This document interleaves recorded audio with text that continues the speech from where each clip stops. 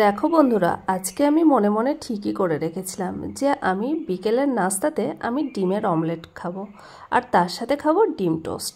তাই জন্য আমার কাছে তো ব্রেড ছিল না, আমি ঝটপট দোকান থেকে গিয়ে আমি দোকানে ব্রেড কিনে নিয়ে আসলাম আর ব্রেড দুটোকে স্লাইস করে প্রথমে আমি কেটে নিলাম। যেহেতু আমার কাছে টোস্টার নেই তাই জন্য আমি টোস্টারে টোস্ট করতে পারিনি, তাই একটু হালকা গ্যাসেই আমি সেক করে নিলাম। তারপরে আমি তাওয়াতে রেখে একটু ভাবছি সামান্য একটু বাটার দিতে হবে, তো আমি বাটার ঘষতে চলে গেলাম। এবার আমি তাওয়াটাকে উনুনের উপরই বসিয়ে রাখলাম, এই জন্যই যে আমাকে তেল ছড়িয়ে ডিমের অমলেটটা আগে ঝটপট বানিয়ে নিতে হবে। তাই আর দেরি না করে আমি তাওয়াটাকে বসিয়ে তেল ওর উপর দিয়ে তেলটাকে আমি ঝটপট গরম করে নিলাম। তারপর একটা কাচের গ্লাসের মধ্যে আমি দুটো ডিমকে ভেঙে নিলাম। ওর সাথে আমি একটু আদা কুচি, পেঁয়াজ কুচি, রসুন কুচি, ক্যাপসিকাম কুচি সবটা দিয়ে আমি টোটালটাকে একটু লবণের সাহায্যে টোটাল ম্যারিনেট করে আমি অমলেটের জন্য তাওয়াতে দিয়ে দিলাম। তোমরা দেখতেই পাচ্ছ খুব সুন্দর অমলেটটা হয়েছে। তার সাথে আমি যেহেতু হলুদ অ্যাড করিনি, কারণ আমার ডিমের অমলেটের সাথে হলুদ খেতে একদম ভালো লাগে না। ডিমের অমলেটটা অনেকটা প্রায় হয়ে গেছে। প্রথমে আমি ডিমের অমলেট করে নেব, তারপরে আমি টোস্টের জন্য আবার সেকেন্ড অমলেট বসাবো। তাই আমি এই অমলেটটাকে টোটালি আগে রেডি করে নিলাম। তোমরা দেখতেই পাচ্ছ আমার এই ডিমের অমলেটটা কেমন হয়েছে। আর কে কে তোমরা ডিম টোস্ট খেতে পছন্দ করো তারা অবশ্যই আমাকে কমেন্ট সেকশানে জানিও। আর তোমরা আমার ভিডিও কোথায় থেকে দেখছো সেটাও আমাকে কমেন্ট সেকশানে জানিও। এর মাঝে তোমাদেরকে আমি একটা খুশির খবর শেয়ার করি। আমি অনেক দিন ধরেই আমি ইউটিউব আমার এই এনকে ড্রিম লাইফ ব্লগের ভিডিও ছাড়ি, বাট আমার পেজে একদমই নতুন। এই পেজে আমার 1400 ফলোয়ার্স হয়েছে। তোমরা আমায় অনেক ভালোবাসা দিয়েছো এই কম দিনের মধ্যে। তোমাদের ভালোবাসা, তোমাদের আশীর্বাদ নিয়ে আমি অনেকটা পথ যেতে পেরেছি। এইভাবেই তোমরা আমাকে সাপোর্ট করো। প্রতিদিন হয়তো আমি সারা দিনের মেনুটা তোমাদের সাথে তুলে ধরি, কিন্তু আমি ডিউটি থেকে এসে রাতের বেলা কি করি সেটাই আজকে আমি তোমাদের ব্লগ ভিডিওতে দেখাবো। তো মাঝখানে স্কিপ না করে পুরো ভিডিওটা দেখার অনুরোধ রইল। প্রথমেই আমি রুমে এসে আগে আমার ড্রেসটাকে চেঞ্জ করে নিলাম। সারাদিনের ধুলোবালি যত আমার মুখে লেগেছিল সেগুলোকে তোলার জন্য আমি ফেস ওয়াশ দিয়ে মুখটাকে সুন্দর করে মাসাজ করে নিলাম। মাসাজ করে নেওয়ার পরে দেখো অনেকটা ধুলো দেখছি এই দিক থেকে উঠে যাচ্ছে। চুলগুলোকে হালকা সরিয়ে নিলাম, কারণ চুলগুলো না সরালে পুরোটা ফেস ওয়াশে লেগে যাবে। কারণ কি এখন তো রাতের বেলা আমি তো আর স্নান করবো না, স্নান একদম সকালবেলা উঠে করব। তাই জন্য একটু ড্রাব ড্রাব করে আমি মুখে সুন্দর করে আগে মাসাজ করে নিচ্ছি। যদি একটু ভালোভাবে মাসাজ না করা হয় তো ধূলিকণাগুলো অমনিই থেকে যায়। আর আমি যে ফেস ওয়াশটা ইউজ করি সেটা ভীষণই ভালো, অ্যারোমেটিক ফেস ওয়াশ, যেটাতে আমার স্কিন অনেক গ্লো করে আর আমার যত ট্যান বা সারাদিনে যত ধুলোবালি পড়ে সেটা আমার একদম রিমুভ হয়ে যায়। যেহেতু আমি স্কার্বার ইউজ করি না তাই জন্য আমি ফেস ওয়াশটা দিয়েই মুখটা ক্লিন করে নিই। তাই জন্য একটু আমি মাসাজটা 2 থেকে 3 মিনিটের মধ্যেই আমি করি। তাহলে কি হয়, আর আমাকে সারাদিন মানে আর করতে হয় না। সকালবেলা উঠে আমি আর ফেস ওয়াশ দেবো না, সকালবেলা উঠে শুধু আমি হালকা জলের ছিটা দেবো। দেখো আমার মুখের মাসাজের ইয়েটা টোটাল রেডি হয়ে গেছে। এবার আমি মুখে সুন্দর করে যখন জল দিলাম তখন অনেকগুলো ফেনা বের হয়ে গেল, আর যত আমার ডাস্ট লেগেছিল সেগুলোও রিমুভ হয়ে গেল। তো জলটাও আমি অনেকক্ষণই দিই, কারণ ঠান্ডা জল যখন আমি স্কিনে দিই তখন স্কিন অনেকটাই ভালো থাকে এবং সুস্থও থাকে। আর সারাদিনের ক্লান্তিটাও যেন কোথায় হারিয়ে যায়, আমি বুঝতেই পারি না। পুরো আমি ফ্রেশ হয়ে উঠলাম। অনেক পরিশ্রম, অনেক ধকল করে যখন বাড়িতে আসা হয় তখন জীবনের পিছন ফিরানোর তাকানো আর আমার সময় থাকে না। আমি শুধু চাই সামনের দিকে এক পা করে এগিয়ে যেতে। এই পরিশ্রম যেন ভগবান আমাকে আরও বেশি করার জন্য ধৈর্য এবং শক্তি দেয়। আমার শরীরটাকেও যেন সুস্থ রাখে, যেন আমি দিন রাত পরিশ্রম করে আমি একটা সাফল্য জায়গাতে পৌঁছাতে পারি। তোমরাও আমাকে আশীর্বাদ করো, অনেক ভালোবাসা দিয়ে আমার পাশে দাঁড়িয়েছো। যারা আমার চ্যানেলের নতুন বন্ধুরা আছো তারা আমার চ্যানেলটিকে সাবস্ক্রাইব করে আমার পাশে থেকো। দেখো আমার মুখটা ক্লিন করা হয়ে গেল, মুখে জল দিয়েও আমি ফ্রেশ হয়ে গেলাম। এবার আমি হালকা গামছা দিয়ে আস্তে করে ড্যাব ড্যাব করে একদম মুছে নেব, কারণ আমি অনেকটা জোরে মুছি না, কারণ হালকা জলটা যখন আমি আস্তে আস্তে মুছি তখন হচ্ছে মুখের ইয়েটা পুরো একদম একটুও জ্বলে না, পুরো ঠান্ডা হয়ে যায়। তাই জন্য একটু ধীরে ধীরেই মুছে নিতে হয়। আর তাহলে আর গামছার সাথে মানে পুরো জলটাও সোপ করে নেয়, ওই জন্য তাড়াতাড়ি আমি মুছে নিলাম। সারাদিনে যেহেতু আমি ডিম টোস্ট খেয়ে ফিরেছি, তাই জন্য আমার ভীষণ খিদে পেয়েছে। তবে আজকে একটা সুখবর আছে, কারণ বৌদি আমাকে আজকে চিকেন দিয়েছে, তাই জন্য আমাকে আর রান্নার ঝামেলাটা করতে হয়নি। চিকেন দিয়েই আমি আজকে রাতের ডিনারটা সারবো। তো অনেকক্ষণ ওয়েট হয়েছে, অনেকক্ষণ, মোটামুটি রাত্রি 9:30টার মতো বেজে গেছে। আমি রুমে চলে এসেছি। বৌদি এসে একবার বলা হয়ে গেছে যে তোমার আজকে অনেক রাত হয়ে গেল। দেখো, এবার আমি ভিটামিন সি সিরাম সেটা আমি মুখের মধ্যে দিয়ে দিচ্ছি, তাহলে রাতের বেলা আমাকে আর কোনো নাইট ক্রিম ইউজ করব না।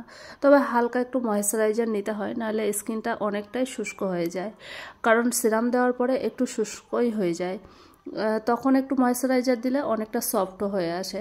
তো আজকে আমি যেহেতু ফেস ওয়াশ দিয়ে মুখটা ক্লিন করে নিয়েছি, আমি কোনো রকম ময়েশ্চারাইজার নাইট ক্রিম কিছু দিব না, শুধু সিরাম দিয়ে হালকা রেখে দেবো, এতেই আমার ভালো লাগে। সকালবেলা উঠে যখন আমি মুখটাকে ধুয়ে নেবো জলের ছেটা দিয়ে, তখন আবার পুরোটা ফ্রেশ হয়ে যায়।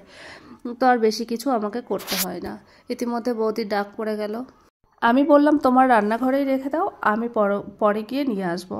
তাই ঝটপট করে আর দেরি করলাম না, নিজের রূপচর্চাটা সেরেই ফেললাম। দেখো, এবার অনেকটা ক্লিন লাগছে না, তোমরা দেখতেই পাচ্ছ, আর অনেকটা সফটও লাগছে।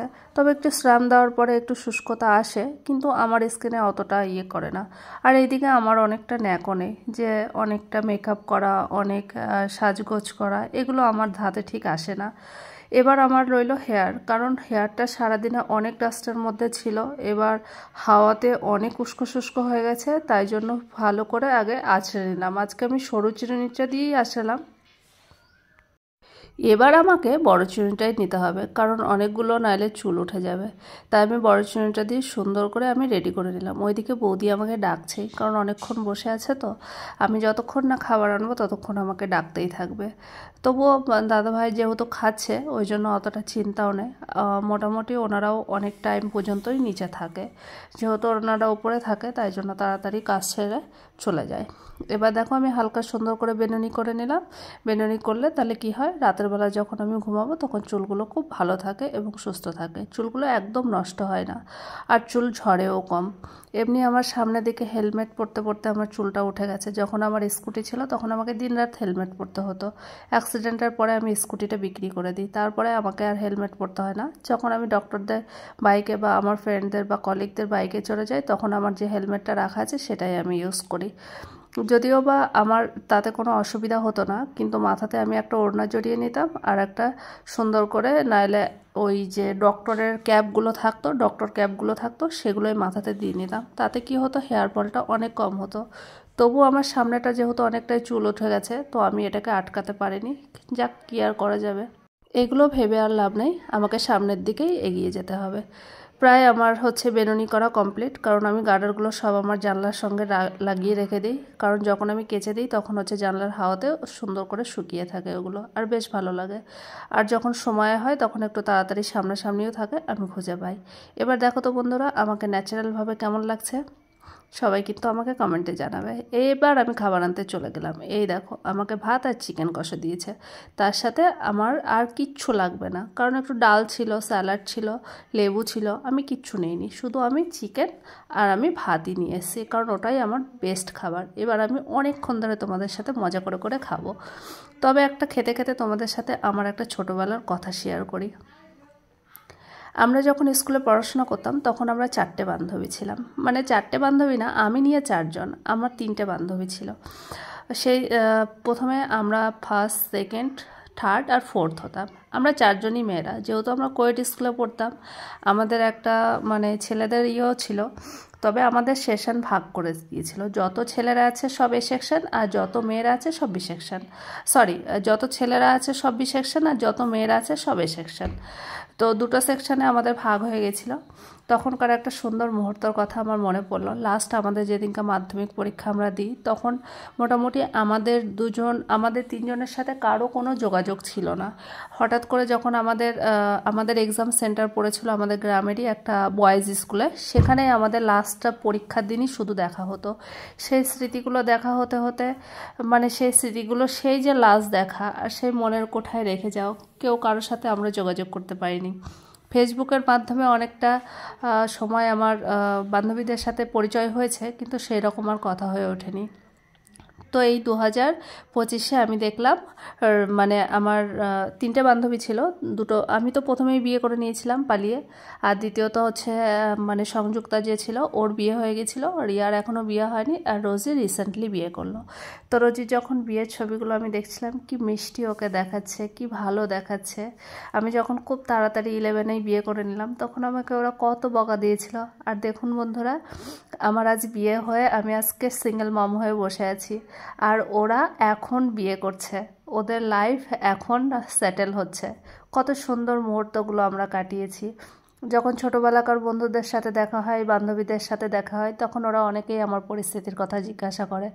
আমার বলতে খুব একটা ভালো লাগে না, তবে কি আর করব, একটু করে বলে দিই, দেখো ভাগ্যের লেখা যেটা আছে সেটা তো হবেই। তাই জন্য আমি কখনো আমার দুঃখের কথা আমি শেয়ার করি না, কারণ আমার সবসময় আমার সুখের কথাটা শেয়ার করতেই ভালো লাগে।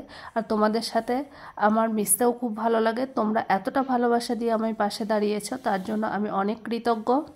আর এইভাবেই তোমরা আমার পাশে থেকো। আমি যখন ফিল্ড ওয়ার্ক করতে যাই তখন ওদের কথা অনেক চিন্তা করি। কেউ জব করছে, কেউ চাকরি করছে। আমার ছোটোবেলা থেকেই জানি না কেন বিজনেসটাই ভালো লাগতো, তাই জন্য চাকরির দিকে একদম আমার ন্যাক ছিল না। কিন্তু আমার ছোট ভাই বলতে আমার একটাই ভাই, দুটো দাদা আছে জেঠুর ছেলে। তো আমার ভাইকে আমি সবসময় বলতাম তোকে গভর্নমেন্ট জব পেতেই হবে, কিন্তু মানে কপাল ভালো থাকলে যা হয়, ভাই প্রথম চান্সেই ভাইয়ের জবটা হয়ে গেছে। কিন্তু ভাইকে খুব ভালোভাবে পড়াশোনা করানো হয়েছে, বাবা আমি মা মিলে সবাই মিলে আমরা এফোর্ট দিয়ে ভাইকে আমরা খুব ভালোভাবে পড়াশোনা করিয়েছি। সেখানে ওকে বিএডও কমপ্লিট করানো হয়েছে, এমএ কমপ্লিট করানো হয়েছে, তারপরে সাব ইন্সপেক্টরে ও চাকরি পেয়ে গেছে। চাকরি পাওয়ার পরেই তোমাদেরকে সেদিনকে আমি শেয়ার করলাম যে বাবাকে একটা ঘর উপহার দিয়েছে। তবে ভালো থেকো। আজ এই পর্যন্তই। ভিডিওটি ভালো লাগলে লাইক কমেন্ট শেয়ার অবশ্যই করো। আর তোমরা ভীষণ ভীষণ ভালো থেকো। টাটা।